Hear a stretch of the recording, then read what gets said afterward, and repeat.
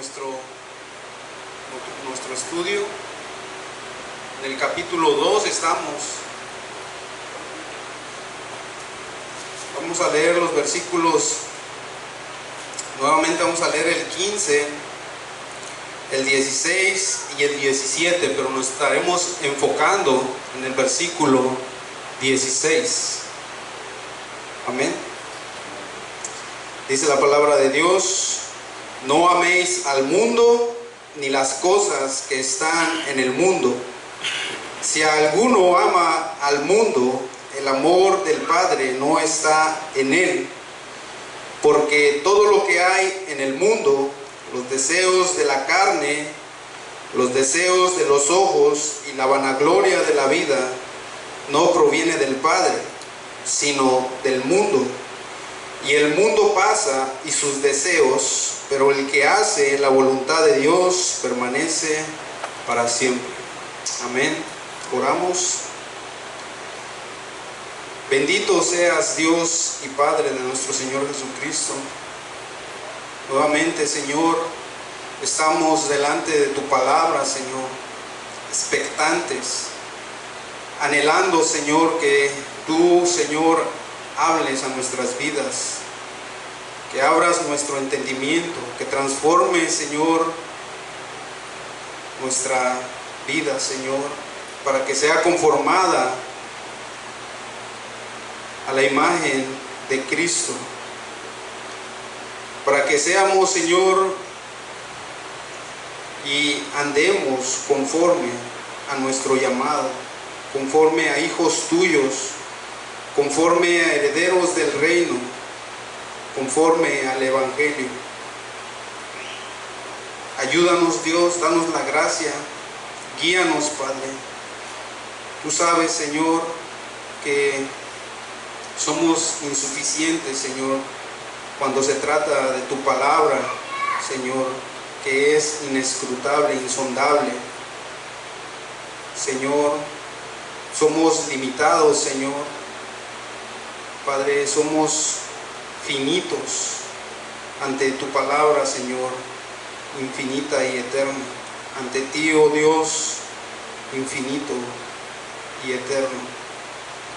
Mas, Señor, si te dignares, Señor, y enviaras tu Espíritu, Señor, a nuestras vidas, Dios, y, Señor, obraras, Padre, serías exaltado, Dios, serías glorificado, Señor, y tu pueblo, Dios, sería edificado, Señor. Padre, obra poderosamente en nuestras vidas, Señor, de tal manera, Señor Dios, que, Señor, podamos ser transformados y te daremos la gloria, Señor, y la honra a ti, Señor. Padre, oramos en Cristo Jesús. Amén. Amén. Pueden tomar sus asientos, hermanos amados.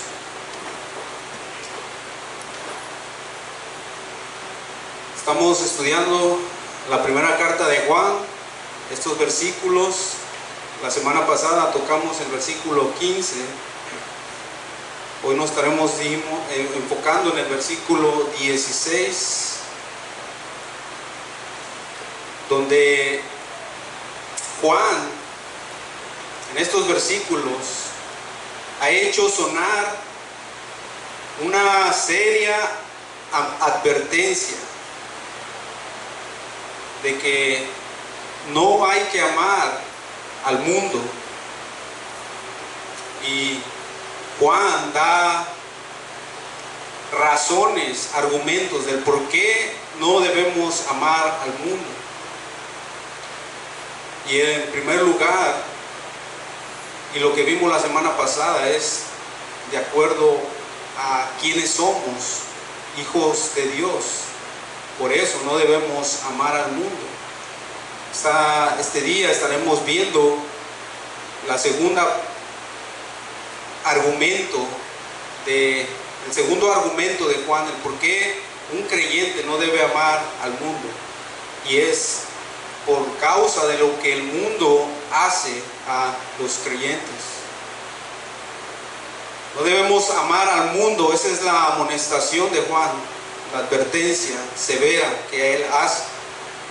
Y si alguno preguntara por qué no debemos amar al mundo, porque el amor por el mundo impide el amor por el Padre, por Dios, y todo lo que se relaciona con el Padre, su Hijo, su palabra, su evangelio,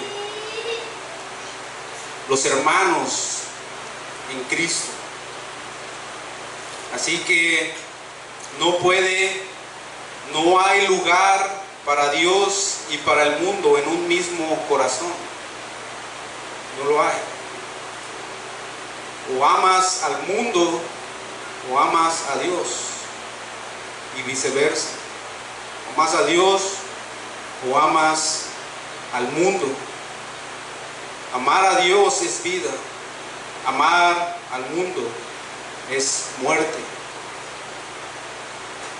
Amar a Dios es eternidad, amar al mundo es pasajero. Vimos aquí el paralelo entre la carta de Juan, la primera carta de Juan y de Santiago, donde dice que todo aquel que escoge ser amigo del mundo se convierte en enemigo de Dios. ¿Quieres ser amigo del mundo? Automáticamente te conviertes en enemigo de Dios. Todo el mundo, el que ama los placeres del mundo, se constituye enemigo de Dios, enemigo a la verdad, ama la mentira, enemigo a la justicia, ama la injusticia, y así. En el versículo 15 que vimos la semana pasada, lo quiero leer en otra traducción, Palabra de Dios para Todos. Esta traducción lo lee así, versículo 15 de primera de Juan, capítulo 2, dice: no sigan amando al mundo ni a lo que hay en él, haciendo la idea de que en un tiempo lo amaba el mundo. Éramos amantes del mundo, de los deleites del mundo, de todo lo que el mundo ofrece. No sigan amando al mundo, esa es la exhortación, ni lo que hay en él. Si alguno ama al mundo, es porque no tiene el amor del Padre. Y si no tiene el amor del Padre, está perdido. Y si no tiene el amor del Padre, está condenado, y su destino es hacia el castigo eterno.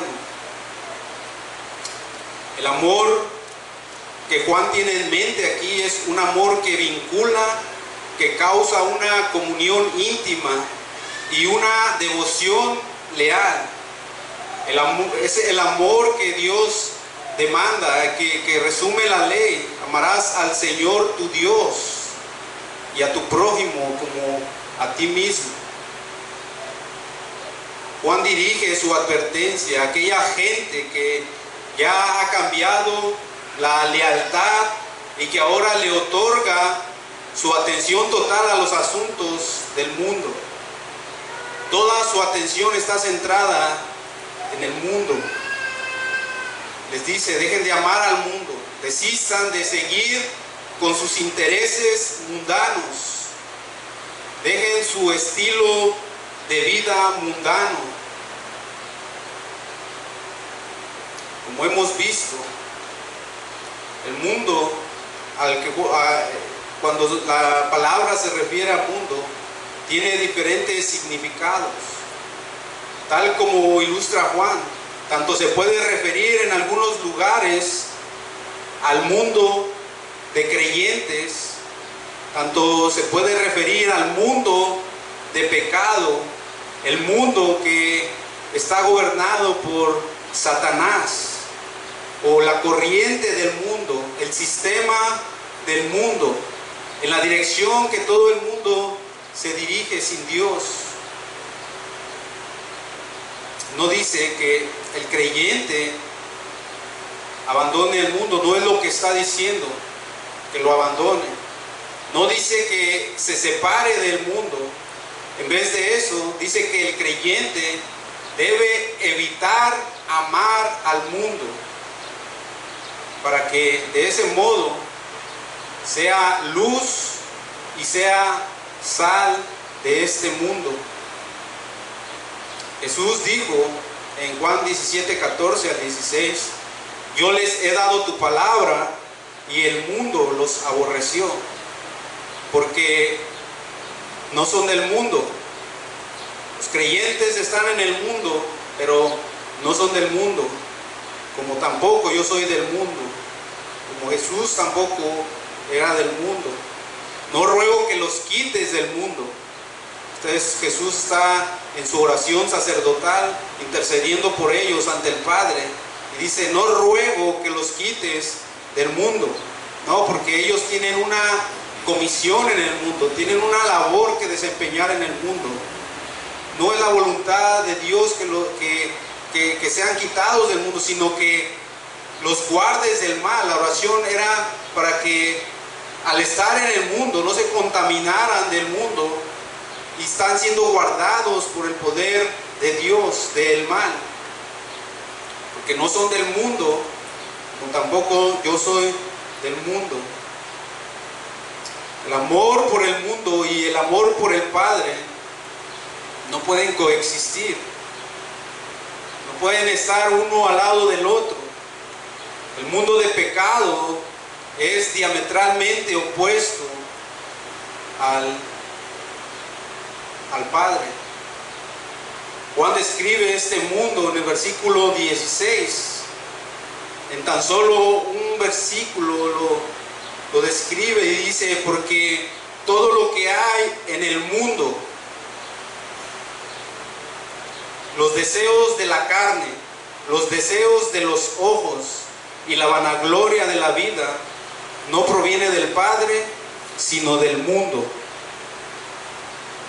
El pensamiento principal de ese versículo, del versículo 16, es este: que todo lo que hay en el mundo no procede del Padre, no tiene origen en el Padre, sino en el mundo.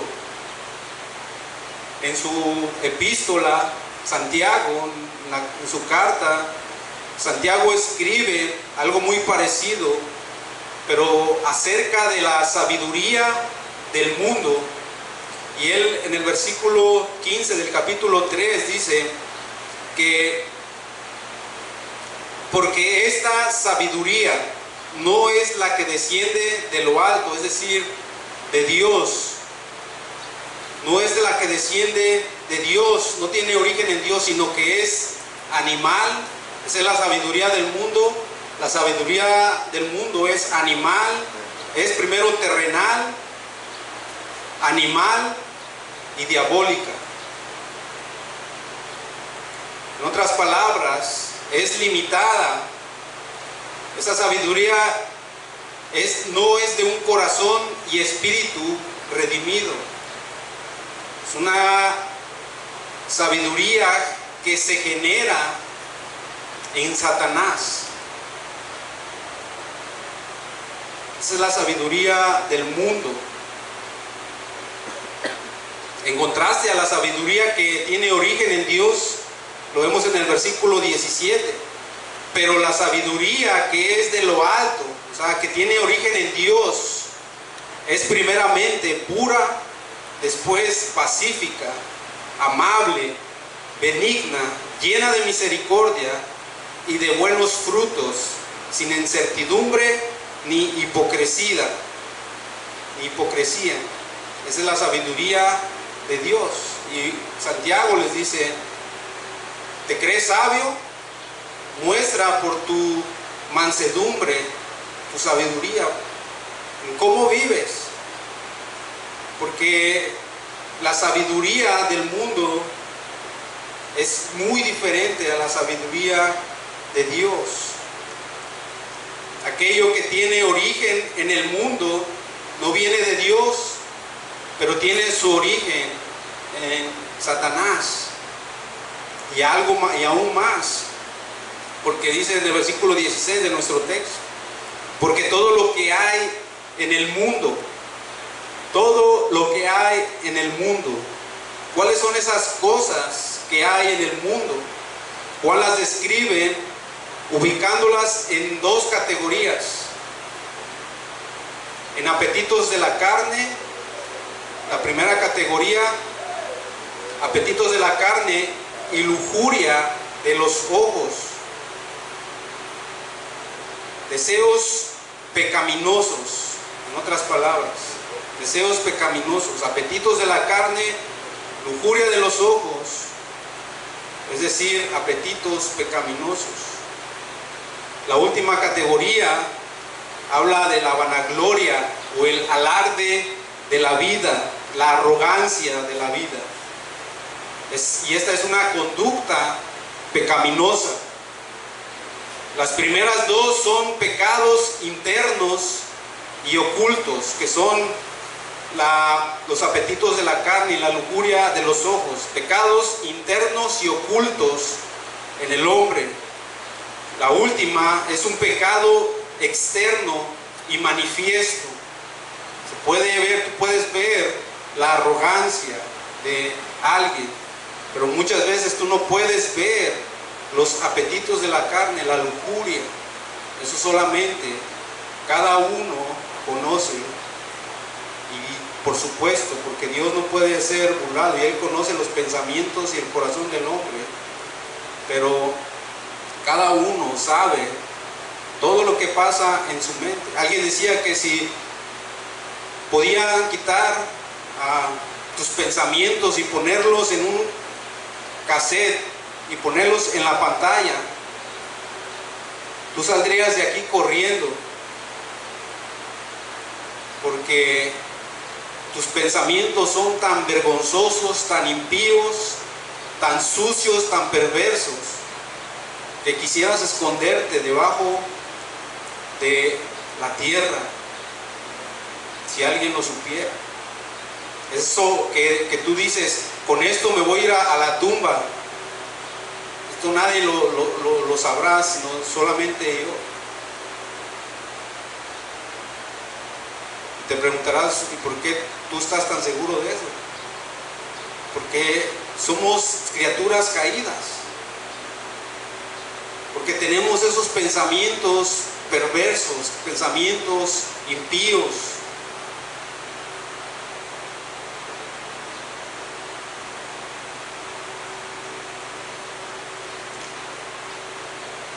Las primeras dos categorías, la primera categoría, que son las dos, que son los apetitos de la carne y la lujuria de los ojos, tienen que ver con el individuo, y la última con la persona que está rodeada por otra gente, la arrogancia.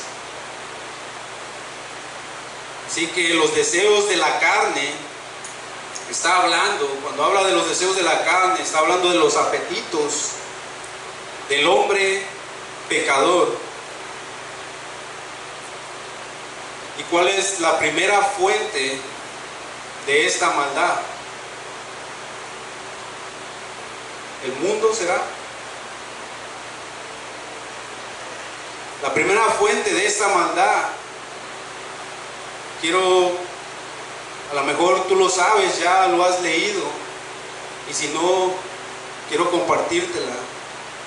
Pero la primera fuente de esta maldad se halla en nuestra propia concupiscencia interior, en nosotros, en nuestro corazón, lo más dentro de nosotros está arraigada.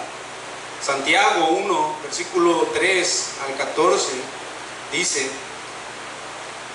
y es por eso que decimos que esa es que la principal fuente de esta maldad está en nosotros, porque las escrituras lo dicen de esta manera: cuando alguno es tentado a pecar, no diga que es tentado de parte de Dios, porque Dios no puede ser tentado por el mal, ni Él tienta a nadie, sino que cada uno es tentado.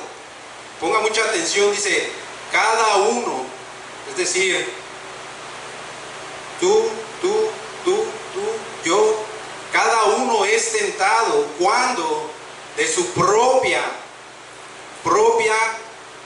concupiscencia. Y cuando habla de concupiscencia aquí, está hablando de los deseos pecaminosos que tienen origen en el alma y el corazón humano. Entonces, cuando somos tentados cada uno cuando de sus propios deseos pecaminosos que tienen origen en nuestra alma y corazón, somos atraídos y seducidos.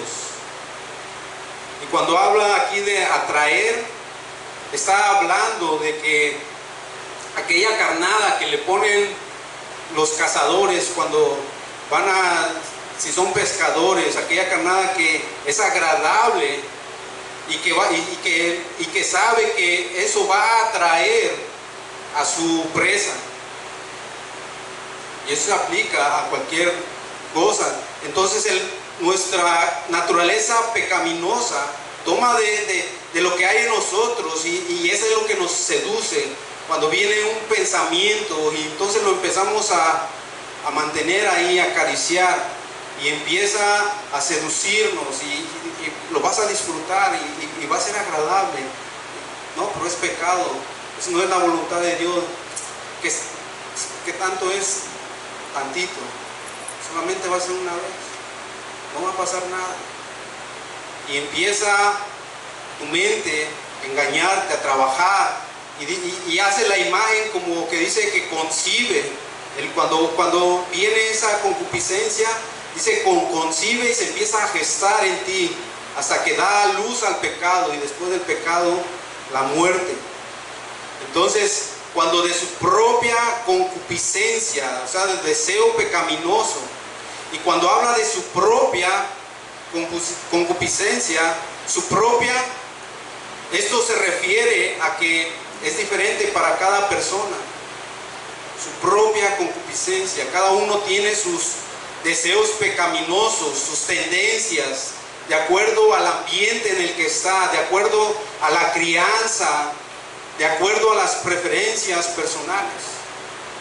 Estos deseos pecaminosos pueden ser incluso comenzar con deseos buenos, pero que se convierten en deseos pecaminosos, de acuerdo a las tendencias, de acuerdo al ambiente, a la crianza, a las preferencias. Es por eso que tú ves personas que comienzan, tú las conociste de alguna vez y después te dices cuenta que aquella persona ahora está inclinada hacia tener relaciones con personas del mismo sexo.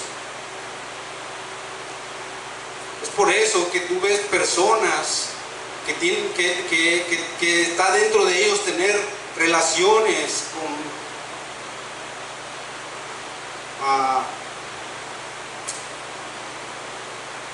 infantiles. Es por eso que tú ves personas inclinadas con deseos, incluso hasta tener relaciones con animales. Porque eso es lo que hay dentro, y eso es lo que se gesta, y eso es lo que cuando uno lo mantiene y está ahí dentro de ti, lo estás acariciando y tú dices, no, y lo estás manteniendo ahí, y tú dices, yo lo puedo controlar, yo puedo tratar con este pecado. Pero cuando tú piensas eso, es cuando ya el pecado te tiene. El pecado ya te engañó, y eso traerá muerte.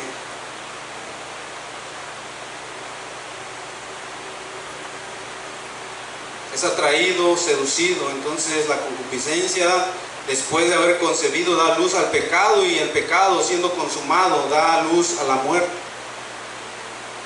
Entonces vemos el origen, la fuente principal de esa maldad, y está en nosotros. Pero el mundo exterior le presta a esta concupiscencia interior atracción, y continuamente la está alimentando. El mundo es experto en alimentarla, en darle esa atracción, y lo vemos por todas partes. Un bombardeo, los medios de comunicación, la música. ¿Has escuchado el contenido de la música que se escucha hoy en día? Es pura basura. Yo no sé si esas personas ponen atención a lo que escuchan, pero hermanos, yo no sé cómo describirla, es abominable.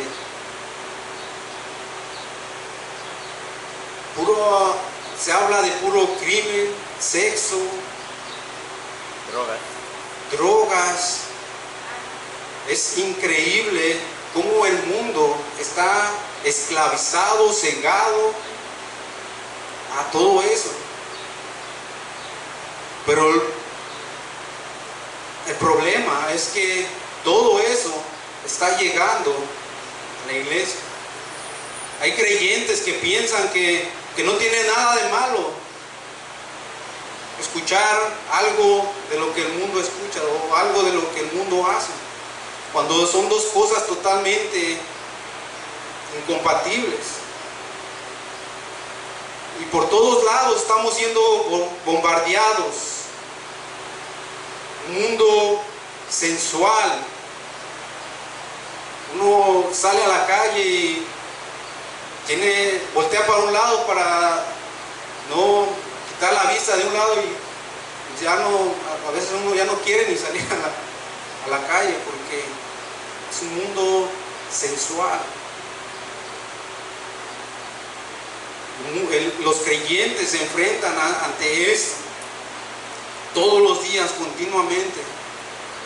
Y si el creyente no está preparado, no está listo para salir armado, ¿no? Ahora sí, como Efesios habla de la armadura de Dios, y enfrentar al mundo, fácilmente va a ser atraído por el mundo, porque todo el mundo lo hace. Ya es algo normal, es algo natural.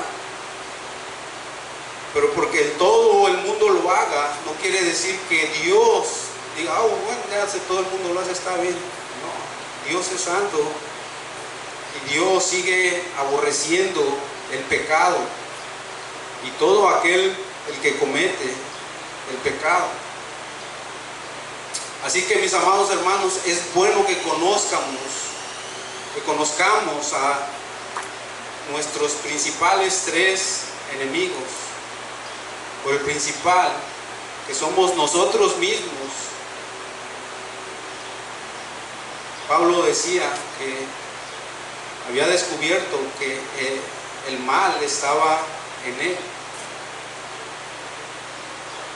Nosotros somos nuestro principal enemigo. Después, el enemigo de Dios, que es Satanás, que usa al mundo para hacer caer a los hijos de Dios. Tito hablaba acerca de la gracia que Dios manifestó mediante Cristo en 2:12.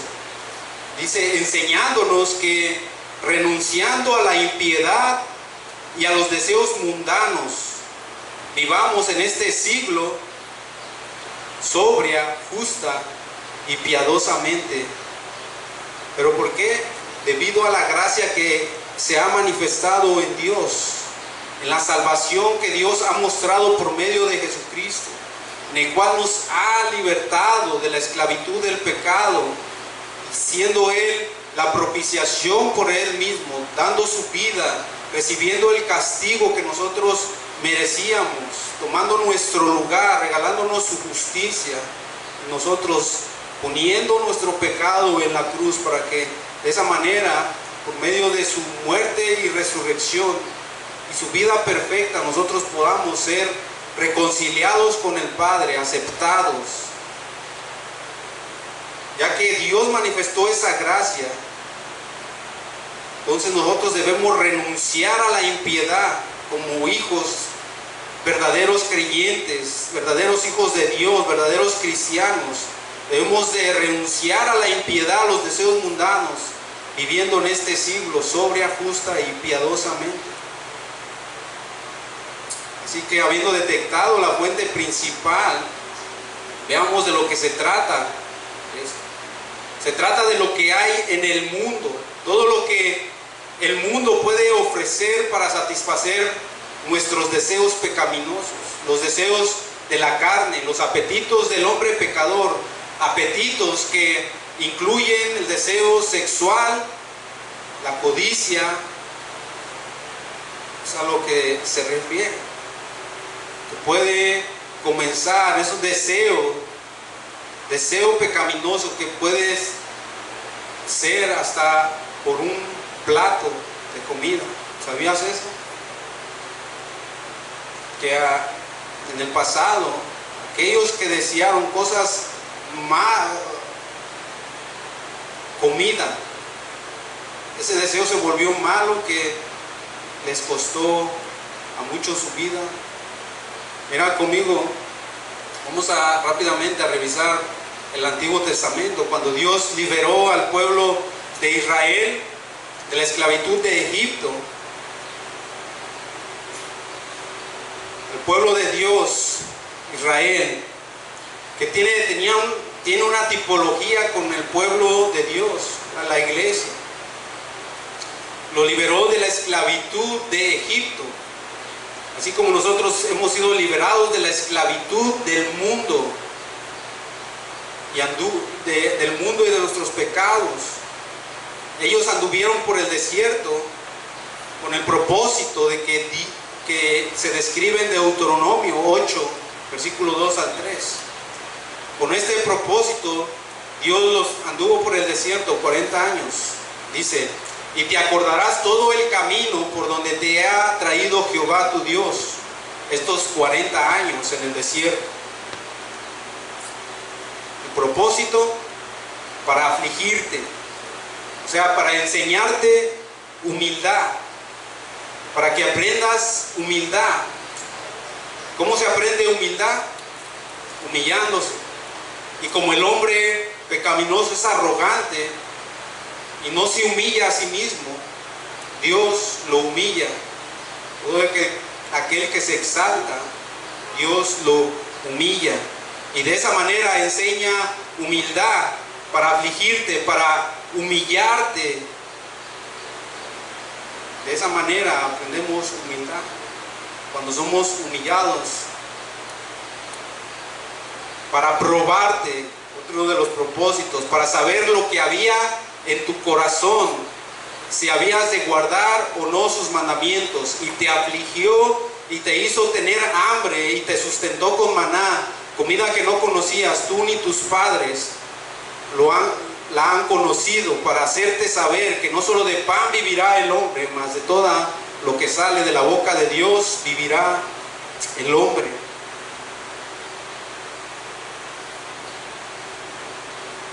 Pero cuando una vez salido de Egipto, el pueblo de Israel no tardó mucho tiempo en que empezaran a quejarse, en que empezaran a murmurar contra Dios, contra su mensajero, con Moisés. Apenas, si no era porque estaban atrapados, ellos en su pensar estaban atrapados, estaban frente al Mar Rojo y venían los egipcios detrás de ellos. ¿Y para qué nos sacaste desde Egipto a morir aquí en el desierto? Mejor hubiéramos muerto allá. Pues Moisés intercede por ellos y Dios abre el mar y pasan en seco, ahoga el ejército egipcio y tienen victoria. Gran milagro vio Israel esa vez. Y después otra vez viene la quejadera, la lloradera, y esta vez porque que no tenemos agua y que nos trajiste aquí a morir de sed al desierto. Mejor nos hubiéramos quedado allá deseando no volver. Y otra vez Dios dándoles de beber agua, ahí tienen. Y después no pasó más tiempo cuando otra vez la lloradera, que no tenemos comida, que aquí vamos a morir en el desierto de hambre. Dios les da maná, les da carne, y ellos todavía llorando. Mira Números 11 del 3 al 6. Y la gente extranjera que se mezcló con ellos tuvo un vivo deseo. Aquí está la palabra que estamos estudiando. Tuvo un vivo deseo, o sea, un deseo insaciable. Y los hijos de Israel también volvieron a llorar y dijeron: ¿quién nos diera a comer carne? Nos acordamos del pescado que comíamos en Egipto, de balde, o sea, de a gratis. Sí, estaban esclavizados, los tenían haciendo ladrillo, decían de a gratis, dicen. De pepinos, de melones, de puerros, de cebollas y los ajos, y ahora nuestra alma se seca, pues nada sino este maná ven nuestros ojos. Otra vez aquí quejándose y que no tienen, que ya se cansaron de lo que Dios les está dando, y están acordándose, se están acordando de allá, de Egipto, allá, así como muchos cristianos que Dios los ha liberado del pecado, del mundo, de la esclavitud de ellos mismos. Y cuando viene una prueba, cuando están pasando, cuando Dios los está afligiendo, los está humillando, les está enseñando humildad, los está probando para ver qué hay en su corazón, si verdaderamente están amando a Dios. Entonces ahí cuando viene la aflicción, el creyente voltea para atrás. Me acuerdo cuando allá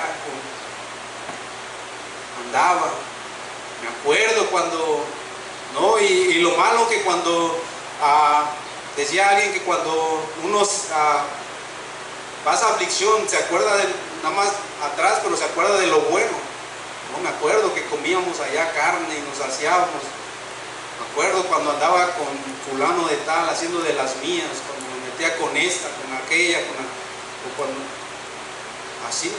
Muchos creyentes pasan así lamentándose, añorando volver, y están aquí, pero su corazón está en el mundo.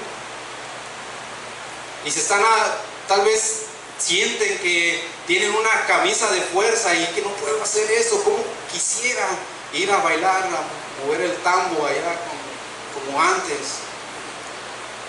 Pero no puedo porque soy cristiano, tengo que obedecer. No, hermanos, esa no es la obediencia que Dios se agrada. No. Entonces, Dios le dice al pueblo en 18, versículo 18 al 20, que les dice que se apartaran, que les iba a dar de comer carne. No un día, no 2 días, no 5 días, no 10 días, no 20 días, sino hasta un mes. Dice, hasta que os salga por las narices y aborrezcáis, por cuanto menospreciaste a Jehová, que está en medio de vosotros, y llorasteis delante de él, diciendo, ¿para qué salimos acá de Egipto? Versículo 31 al 33. Y vino un viento de Jehová y trajo codornices del mar y las dejó sobre el campamento, un día de camino a un lado y un día de camino al otro, alrededor del campamento, y casi 2 codos sobre la faz de la tierra. Entonces el pueblo estuvo levantado todo el día y toda la noche y todo el día siguiente, y recogieron codornices. El que menos recogió 10 montones, y las tendieron para sí a lo largo alrededor del campamento. Aún estaba la carne entre los dientes de ellos antes que fuese masticada, cuando la ira de Jehová se encendió en el pueblo, e hirió Jehová al pueblo con una plaga muy grande. Y alguien podría decir: ah, no, pero eso es del Antiguo Testamento, eso es el pueblo de Dios que es rebelde. No, porque mira lo que escribe el apóstol en su carta, en 1 Corintios 10, en el versículo 11: y estas cosas les acontecieron como ejemplo. Y estas cosas les acontecieron como ejemplo y están escritas para amonestarnos a nosotros, a quienes han alcanzado los fines del siglo, para que no codiceen lo que ellos codiciaron, para que no forniquéis como algunos de ellos fornicaron. Es para amonestación a nosotros. El Antiguo Testamento sigue teniendo validez para el creyente. Luego habla acerca de los deseos de los ojos. Hemos visto los deseos de la carne, ahora vemos los deseos de los ojos. Mis amados hermanos, los ojos son un regalo de Dios, una bendición de Dios. El oído que oye y el ojo que ve, ambas cosas igualmente ha hecho Jehová, dice el proverbista en 20:12. Ellos nos permiten ver la creación y sus obras excelentes. ¿Cuántos no se han deleitado en un atardecer, un amanecer, o una noche de luna llena, cuando el cielo está lleno de estrellas? Es una bendición que Dios nos ha dado poder ver su creación. Dice, el salmista decía: cuando veo los cielos, tus cielos, obra de tus dedos, la luna y las estrellas que tú formaste, digo, ¿qué es el hombre para que tengas de él memoria, y el hijo del hombre para que lo visites?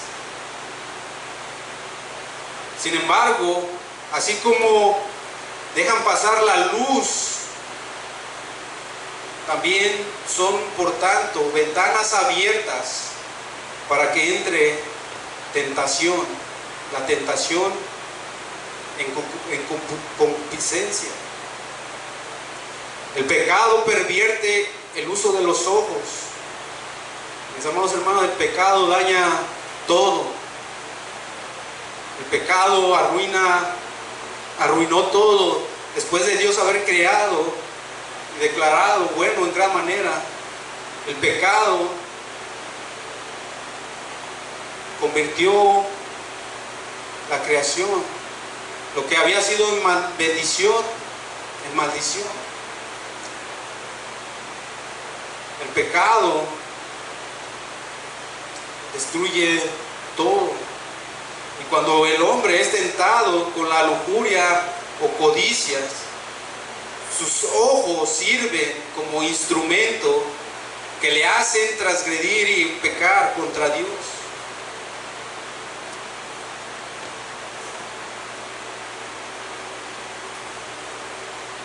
Eso es el pecado que daña aquello que Dios había creado para bien. El pecado lo usa como instrumento para el mal. Y de esa manera, como decía el proverbista, el sepulcro, la muerte y los ojos del hombre jamás se sacian por satisfechos, se dan por satisfechos. siempre están deseando más. Y también muchas veces cuando habla de los ojos está hablando de la codicia, que eso sumerge al individuo en insatisfacción, en codicia, en idolatría. Tienes algo que compraste que es nuevo, y dices, ya lo tengo, y lo veo, lo estoy viendo, lo tengo, y después ya sale otra cosa nueva, y tú ves esto y dices, y ya lo ves diferente. Aquello que te parecía lo mejor, ahora dices, híjole, ese se ve más bonito, y así. Aquello que tiene, es lo mismo en cada cosa. No, cuando miraste a tu esposa cuando eran novios y te parecía la mujer más bella del mundo, o cuando la mujer veía al esposo, lo veía su príncipe azul, pero ya con el tiempo, ¿sabes? El tiempo va pasando factura. Después volteas a ver a otra persona y dices, híjole, ese está mejor. Es el pecado que usa lo que Dios creó para bien, el pecado lo usa para mal, y es insatisfacción. Aquellos que aman el dinero, dice el predicador en Eclesiastés, quien ama el dinero, de dinero no se sacia. Quien ama las riquezas nunca tiene suficiente, ¿no? Ve y dice, no, pero no estaría mal si tuviera otro poquito más.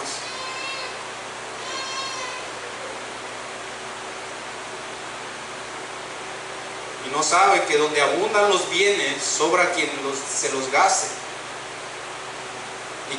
Y que saca de esto su dueño, aparte de simplemente contemplarlos, mirarlos y ya. Los ojos son los conductos al alma del hombre. ¿Se recuerdan la esposa de Lot? Cuando los ángeles vienen a decirle a Lot que salga de la ciudad porque va de Sodoma y Gomorra, que va a ser destruida a causa del pecado. Entonces, la esposa de Lot, al mal utilizar sus ojos, mira las consecuencias. Génesis 19:17. Y cuando los ángeles llevando fuera dijeron, escapa por tu vida, no mires atrás, no mires tras ti, ni pares en toda esta llanura, escapa al monte, no sea que perezcas. Entonces, en el versículo 26, la mujer de Lot miró atrás. Es que allá estaba mi futuro, allá estaba mi amiga, mi amigo, allá dejé esto, ¿no? Mirando de nuevo hacia atrás. Entonces, a espaldas de él, dice, y se volvió una estatua de sal. Una estatua de sal. Acán se apoderó de bienes prohibidos que vio, lo que también le causó la muerte.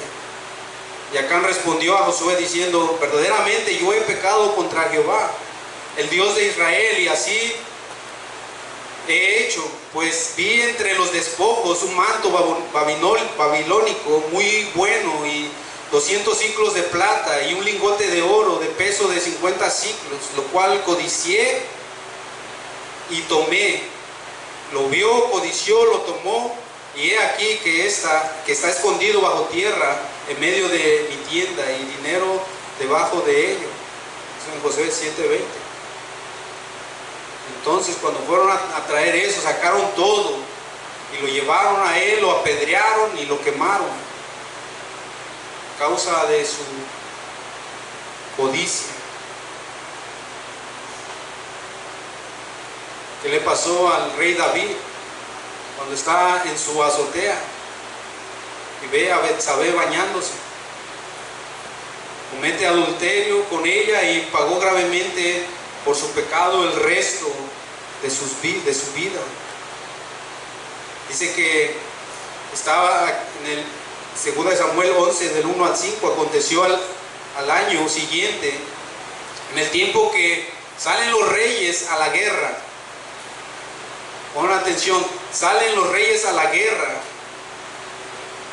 que David envió a Joab y con él a sus siervos y a todo Israel, y destruyeron a los amonitas y sitiaron a Rabá, pero David se quedó en Jerusalén. O sea, los reyes salían a la tierra, no él, el rey David. Me quedo aquí, en Jerusalén. Y sucedió un día, al caer la tarde, que se levantó David de su lecho y paseaba sobre el terrado de la casa real, y vio desde el terrado a una mujer que se estaba bañando, la cual era muy hermosa. Envió David a preguntar por aquella mujer. Le dijeron: aquella es Betsabé, hija de Eliam, mujer de Urías Heteo. Y envió David mensajeros y la tomó y vino a él y durmió con ella. Luego ella se purificó de su inmundicia y se volvió a su casa y concibió la mujer, y envió a hacerlo a saber a David, diciendo: estoy encinta. El versículo, hermano. Segunda de Samuel 11, del 1 al 5. ¿Y qué pasó? Jehová hirió al hijo que ella le había dado. Después David mandó a matar a Urías, que primero quería hacerles creer que era hijo de él, y resultó ser más recto que David, y su pecado trajo consecuencias todavía más. Debido a tales consecuencias potenciales, es que de gran importancia para nosotros los creyentes cuidar nuestros ojos. ¿Qué estás mirando? ¿En qué se estás ocupando tu mirada? ¿Dónde están puestos tus ojos el mayor tiempo? ¿En el mundo? ¿En Dios? ¿En la televisión? ¿En el Face? Hermano, el Facebook es una puerta ahí de tentación. No, pero es que ahí ponen versículos bonitos y prédicas también. Hermano, ve directamente a la página de la iglesia o lo que sea del ministerio. Eso es un engaño que tú mismo te haces. No, es que ahí en Facebook dan buenos mensajes y ahí estás mirando lo que puso aquella o aquel, y de repente ahí viene un video, ¿no? Y tú te quedas así, y ahí es donde comienza la tentación. Jesús resalta la seria necesidad de evitar los deseos de los ojos, y resalta la seriedad que debemos tratar los pecados de lujuria y el deseo perverso. En Mateo 5, 27 al 30 dice: oíste que fue dicho, no cometerás adulterio. Y alguien podría decir: no, pues como les decían los fariseos, yo nunca he metido con nadie que no sea mi esposa. Pero yo os digo que cualquiera que mira a una mujer para codiciarla, que la mira y la codicia, ya adulteró con ella en el corazón. Por tanto, si tu ojo, mire con la seriedad que debemos tratar este pecado. Por lo tanto, si tu ojo derecho te es ocasión de caer, sácalo y échalo de ti, pues mejor te es que se pierda uno de tus miembros y no que todo el cuerpo sea echado al infierno. Ahora no está diciendo que realmente, literalmente, que se saque el ojo, porque digamos, si llega a sacar un ojo, le queda el otro. El problema no es los ojos que Dios hizo para bien. El problema está en nosotros. Y si queremos ser bíblicos, lo que tienes que sacarte no son los ojos, el corazón, porque dice que del corazón, Jesús mismo dijo que vienen los adulterios, toda clase de maldad viene del corazón, dentro del hombre, y eso es lo que contamina al hombre. Después habla de la vanagloria de la vida. Tal vanagloria es la arrogancia que motiva todos los pecados, incluso los deseos de la carne. La arrogancia motiva todos los pecados, los deseos de la carne, de los ojos, ya que trata de elevar al yo por sobre todo lo demás y busca glorificarse a sí mismo. El yo quiere glorificarse a sí mismo, como aquel hombre, Nabucodonosor, que decía: mira la gran Babilonia que yo construí. ¿Y qué le pasó? Se convirtió en una bestia comiendo hierbas. Dice, hasta que miró y reconoció que todo lo que tenía provenía del Dios Altísimo. Aquel que no le da la gloria a Dios pasa como lo de el rey Herodes, por no darle la gloria a Dios cuando decían voz de Dios, que le clamaban voz de Dios y no de hombre. Y él en su arrogancia, cuando salió con toda su pompa deslumbrante, viene castigo de Dios y es tragado por gusanos. Es la vanagloria del hombre que desafía a Dios y de manera arrogante intenta destronar al soberano del universo. No importa a Dios. Y el que no tiene en cuenta a Dios, sucede lo de la descripción que Pablo hace acerca de la culpabilidad del hombre en Romanos 1. El no tener en cuenta a Dios, Dios los entrega a una mente reprobada, a hacer cosas que no convienen, estando atestados, y empieza a dar una lista de todos los pecados de los que están atestados. Incluso habla de que deshonraron sus propios cuerpos, varones con varones, hombres a mujeres con mujeres, adorando a la criatura, adorándose a sí mismos antes que al Creador.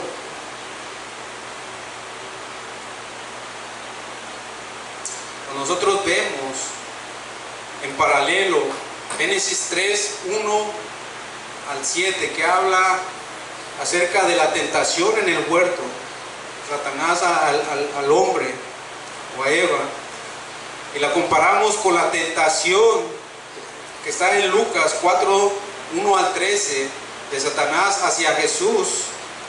Vemos que en ambos casos Satanás, el padre de la arrogancia, utilizó esa misma tentación triple de los deseos de la carne, de los deseos de los ojos y de la vanagloria de la vida.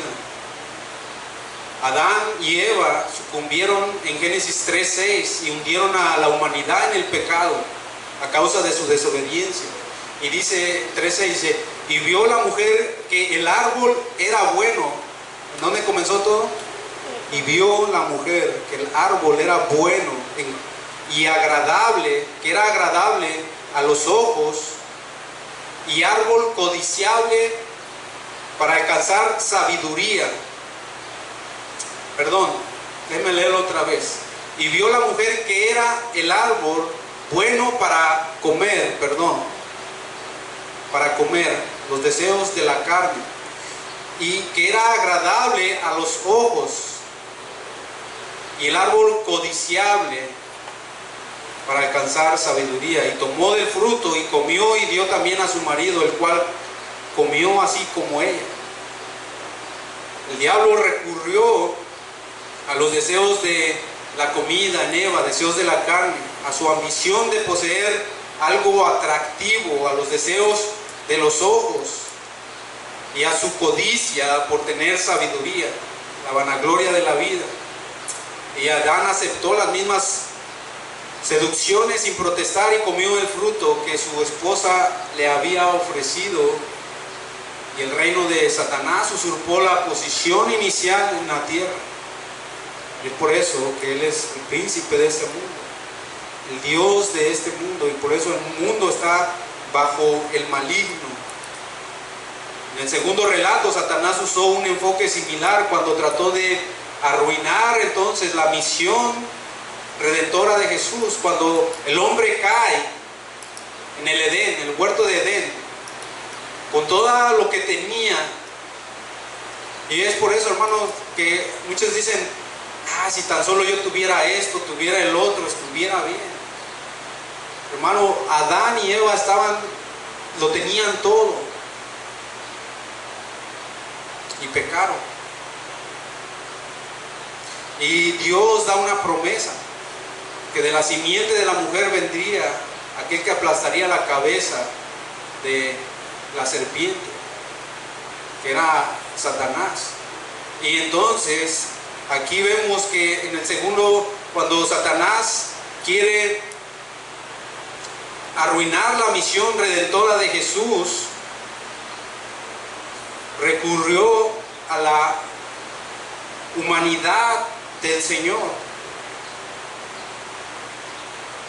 a la humanidad. Él era verdadero hombre, verdadero Dios. Satanás apela a su humanidad y le dice: si eres el Hijo de Dios, di que estas piedras se conviertan en pan. Él había ayunado 40 días, 40 noches, tuvo hambre, y era fácil para Jesús convertir esas piedras en pan y comer. Apeló a su humanidad, a sus ojos. Después lo llevó a un monte muy alto, dice, y le mostró todas las cosas, los reinos del mundo y la gloria de ellos, y le dijo: si tú me adoras postrado, todo esto será tuyo,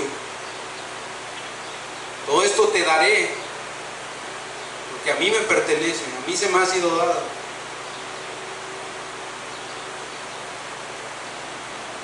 A los deseos de los ojos apeló Satanás ante Jesús. Mira la gloria de los reinos, todo esto va a ser tuyo si tan solo me adoras. Y apeló a su orgullo percibido cuando le dice, cuando lo lleva al pináculo del templo, un lugar público, un lugar donde hay muchas personas todo el tiempo, y dice: tírate hacia abajo, porque escrito está.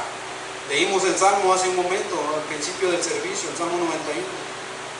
A tus ángeles mandará cerca de ti, en tus alas te sostendrá para que tu pie no tropiece en piedra. Imagínense el diablo citando las escrituras, apelando a su orgullo, y eso saltando del templo, ¿no? Abusando la protección de Dios, y le habría dado también fama cuando él cayera abajo. Entonces sería una gran señal, entonces todos iban su fama iba a crecer. Pero dice Jesús: no, estas tres estrategias siniestras de Satanás fueron frustradas cuando el Señor rechazó cada apelación citando la verdad de las Escrituras. No solo de pan vive el hombre, sino de toda palabra que sale de la boca de Dios. Al Señor tu Dios solamente adorarás y solamente a Él servirás. No tentarás al Señor tu Dios, citando las Escrituras. ¿Cómo hemos de vencer cada tentación? Cada tentación que el mundo nos hace hacia los deseos carnales, hacia la gloria que el mundo ofrece, las riquezas, el sexo, el placer, la fama. Eso es lo que el mundo ofrece. ¿Y qué es lo que se ofrece en muchas de las iglesias que se llaman evangélicas cristianas? Ven que Dios te quiere hacer próspero, Dios te va a bendecir, Dios te va a dar, porque Dios es dueño del mundo, tú eres heredero y Él te va a dar a ti todo eso, apelando a la codicia de la gente, de las ovejas. Por eso el evangelio de la prosperidad viene del mismo infierno, porque eso fue lo que le ofreció Satanás a Jesús: fama, ¿no?, la gloria del mundo.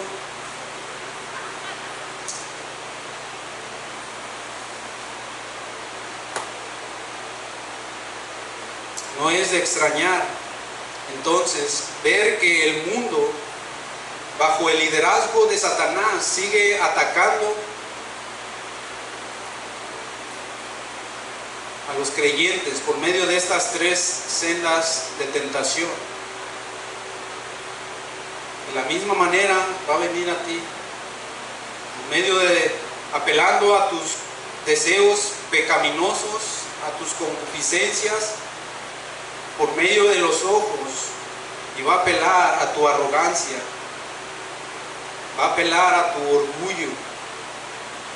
Somos seducidos, tentados conforme a nuestra propia concupiscencia, pero ninguna tentación es sobrehumana, decía el apóstol, porque Dios no nos deja ser tentados más de lo que podemos resistir, sino que Él da juntamente con la tentación la salida para poder soportar. 1 Corintios 10:13. Él da la salida.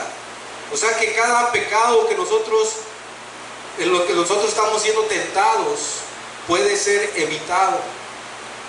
Puede ser evitado, pero muchas veces caemos porque no peleamos, no luchamos, no estamos listos, no estamos en la mentalidad de que estamos en una guerra contra nosotros mismos, contra el pecado, contra el mundo, contra Satanás.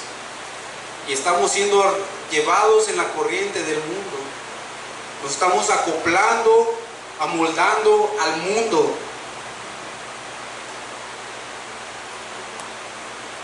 Ya sea tentación que venga de prioridades mundanas, diversiones mundanas, riquezas mundanas o deseos mundanos, los creyentes tienen el poder de resistir los esfuerzos del mundo que los seducen, porque nada proviene del Padre, nada de eso proviene del Padre, sino del mundo. Y con eso terminamos al final del versículo 16. Los tres vicios, apetitos, lujuria de los ojos y alarde, su arrogancia de la vida, no tienen origen en el Padre, sino en el mundo. Juan escribe: el Padre, para hacer recordar a los creyentes, a los lectores, que son los hijos adoptivos de Dios. Ellos son hijos e hijas de su Padre Celestial y no pertenecen al mundo. Eres hijo de Dios, has sido adoptado, has creído en el sacrificio de Cristo, te has arrepentido, estás caminando en Dios. No que si veniste a la iglesia o que si vas regularmente a la iglesia, no. Si estás en Cristo, entonces eres hijo de Dios y no perteneces al mundo. Tu ciudadanía está en el cielo, de donde esperamos nuestro Señor. En esta tierra somos extranjeros y peregrinos, estamos simplemente de pasada. Así que no quiere decir el autor, cuando dice que no proviene del Padre ni del mundo, que estas cosas, las cosas que hay en el mundo, no hayan sido creadas por Dios, sino que todo lo que tiene que ver con estas tres pecaminosas concupiscencias no tienen inspiración, no tienen origen en Dios,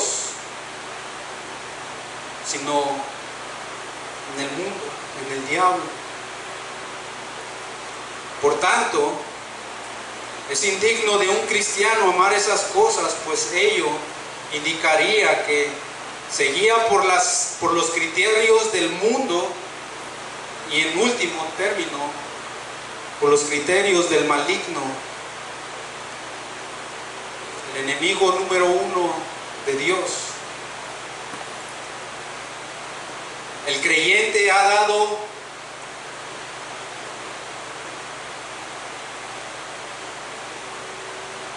ha dejado de proveer, cada creyente ha dejado de proveer para los deseos de la carne.